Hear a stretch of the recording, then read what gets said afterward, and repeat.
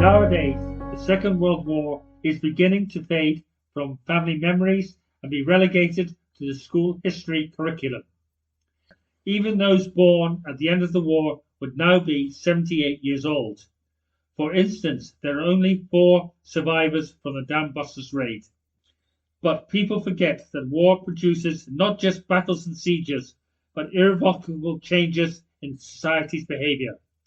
Even a victorious nation faces unique challenges that are irrelevant in peacetime. The nation is faced with the daunting prospect of demobilizing millions of military personnel, finding them jobs and housing them. There is the added problem that they have certain skills, but does society need mine-laying engineers, thousands of Morse code breakers, or bomb site operatives? A lot of men returning home have to begin forming relationships with children who initially do not recognize them. You only have to view films of the 1930s and 1940s to recognize this significant shift in society. The situation of displaced people is even worse. They have no home to return to, cannot account for family members, and probably have no real friends in the world. They have effectively lost their old identity and have to rebuild new ones from scratch. Going down to some National Service Club helps, but outside of it, you are surrounded by a society that views your situation as irrelevant. Most people have never heard of your town or city, let alone visited it. Even today, vast numbers of British people have visited Paris, but Warsaw, Sofia, or Bucharest? After the war, you saw the latter on Pathing News, but they were as alien as Bombay or Yokohama. It is no wonder that despite the best efforts of the establishment, this heady mix of social problems led to a crime wave, as the traditional ways of controlling people had been broken by the war. Yet all military personnel were to some extent affected by the course of the war. All of them had spent significant time away from their normal surroundings, had to start or rebuild family relationships, and forget the recent past. Nobody wants to be told of looting by fire personnel during the Blitz, or tales of troops using their spare time to visit some brothel. Middlezoy is on the Somerset Levels, 6 miles from the nearest post of civilization, which is nearby Bridgewater. It does feature a Wikipedia entry, though no population figures are mentioned. Its main claim to fame is there is a small private airport nearby. Our story centers on the George Inn on the night of the 13th of September 1947. The George Inn was founded in 1624 and is still used today, though it is closed on Monday and Tuesday. Over to you, James, to describe the gruesome events of that fateful night. This episode occurs in and around the village of Middlezoy in 1947. The village is on the Somerset Levels in the rural West Country of England. The name derives from Saxon times, when it was called Middle Stream Island, as it is situated on the River Parrett.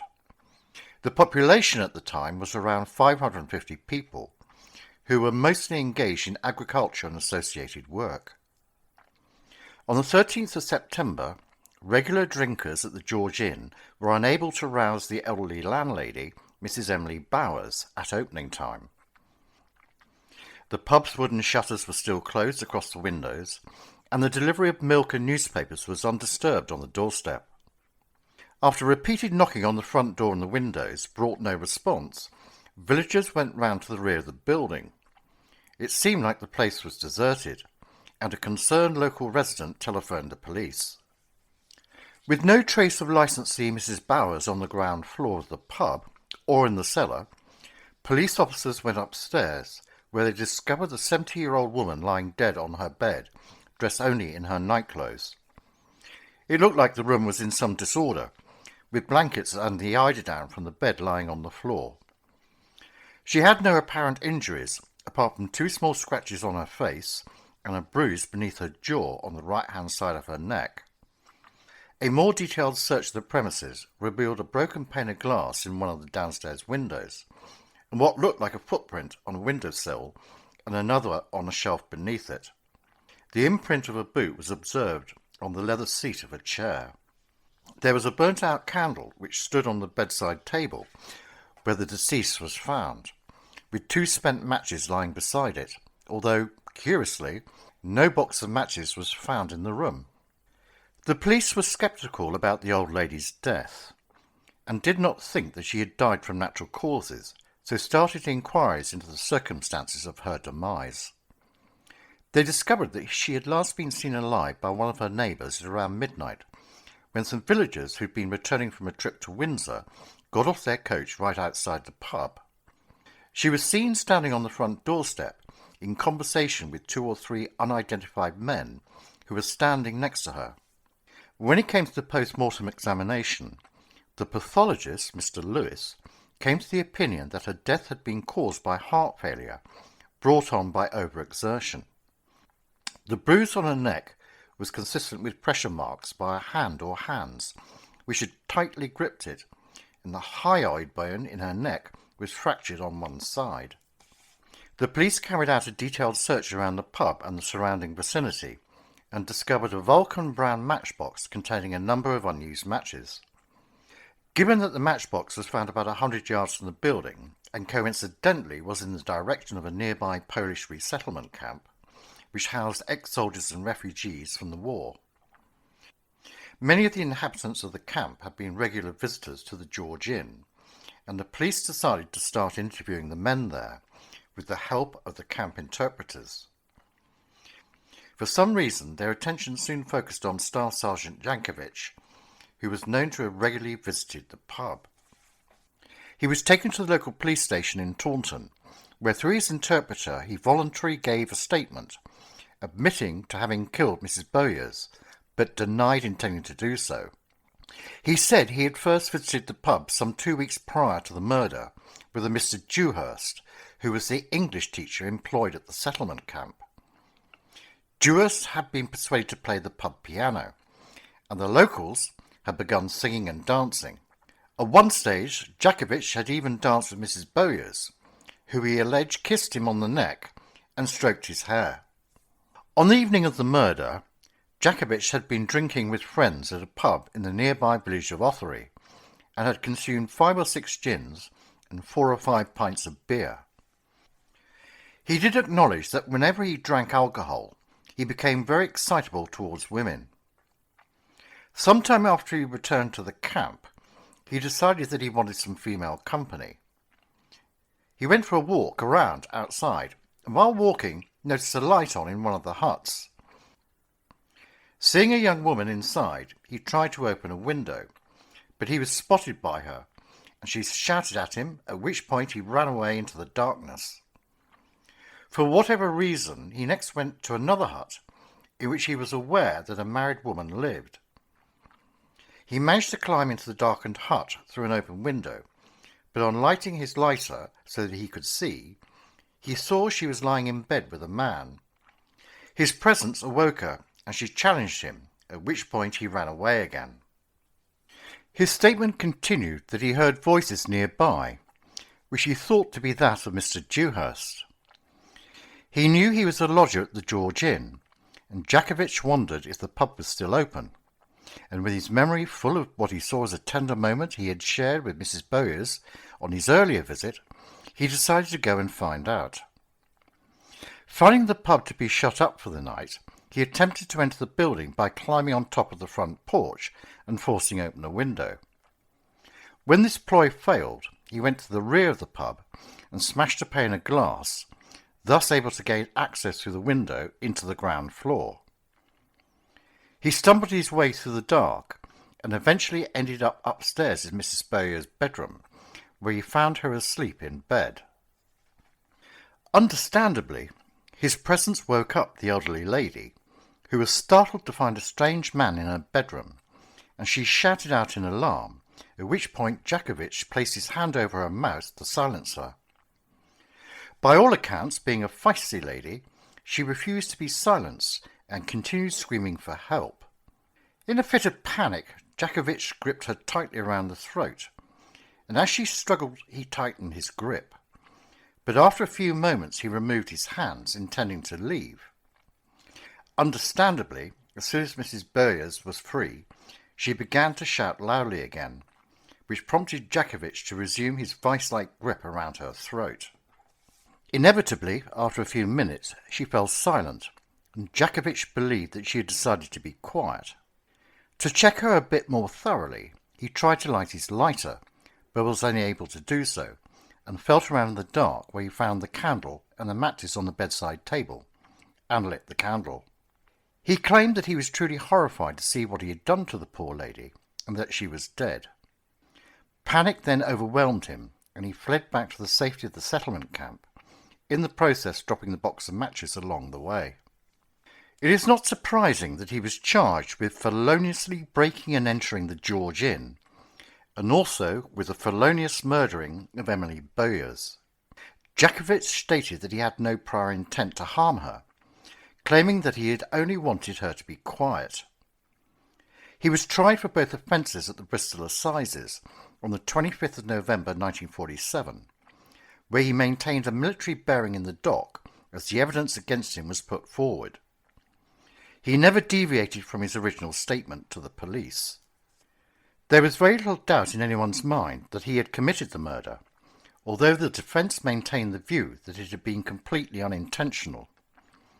It emerged that the defendant previously had spent 2 years of his life sent to a forced labour camp in Siberia, but this event invoked very little sympathy from the jury, who after their deliberations came back with a verdict of guilty. The judge, Lord Chief Justice Goddard, requested the interpreter to inform Jakovich that he had been found guilty, after which he put on the black cap and pronounced the death sentence. Only then did the defendant's demeanour falter. As he was led away to the cells, he spoke just 2 words of English, saying thank you to one of his interpreters.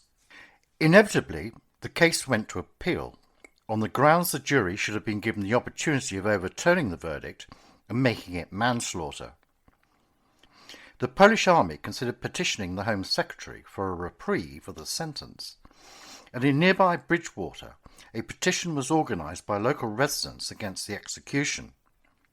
However, all appeals and petitions failed, and shortly after his 35th birthday, Jakovich was hung at Hallfield Prison in Bristol on the 30th of December 1947, and his body interred within the prison grounds.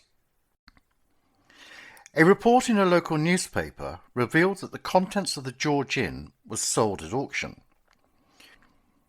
Such was the interest in obtaining an artefact of the crime, the auctioneers allowed people upstairs to view items only a few at a time, for fear that the floor joists of the old building might give way. The police truncheon, which Mrs. Boyers always kept within easy reach, sold for 6 shillings, while the bed in which she died had achieved the princely sum of £6 and 10 shillings. The successful bidder later telling reporters that he would have been prepared to pay up to £200 for this item, which is about £8,600 in today's money. Now, John, what do you make of the events surrounding this case? There can be no justification for Staff Sergeant Eugenis Jukovich's behaviour. To down 6 pints and to go and find a woman is pretty sordid. He admitted in court that he tried to enter a woman's apartment prior to going to the pub. Basically, he wanted to rape a woman. Jukovich was not some officer in Poland, otherwise he would have been liquidated by the Russians at Katyn. It is unlikely that Chopin would have formed part of his formative years. He spent 2 years in some gulag, which ties in with Russia's entry into the war. In order to survive that type of camp, your moral compass will be destroyed as you descend into a type of animal that could come out of the pages of Thomas Hobbes. Peter Rachman, the notorious slum landlord, also Polish, and a survivor of the gulag, would keep bread under his bed at night. Nobody who survives that type of treatment is ever the same again. But does that make you an actual murderer and potential rapist? He was a displaced person with probably no family, actual friends, or links back to Poland. At the time of the dance, just before the murder, it may have been years since he had actually danced with a woman. Any contact with the opposite sex will not grace the genteel pages of the Mills and Boon novel. Basically, he had been brutalized by the experience of war. War has a strange effect on all who have experienced it. For some, it was the best years of your life, as you were protected by the military establishment from the normal pressures of civilian life, as you were guaranteed pay, accommodation, and entertainment. Admittedly, some of it was not of the highest standard, but for many it was better than anything at home. You quite often hear the expression, "I had a good war." For others, it was a type of hell. Even if you were not wounded, you had the mental or physical anguish of being in a POW camp, seeing others killed or mutilated, or actually raping or seeing others rape women.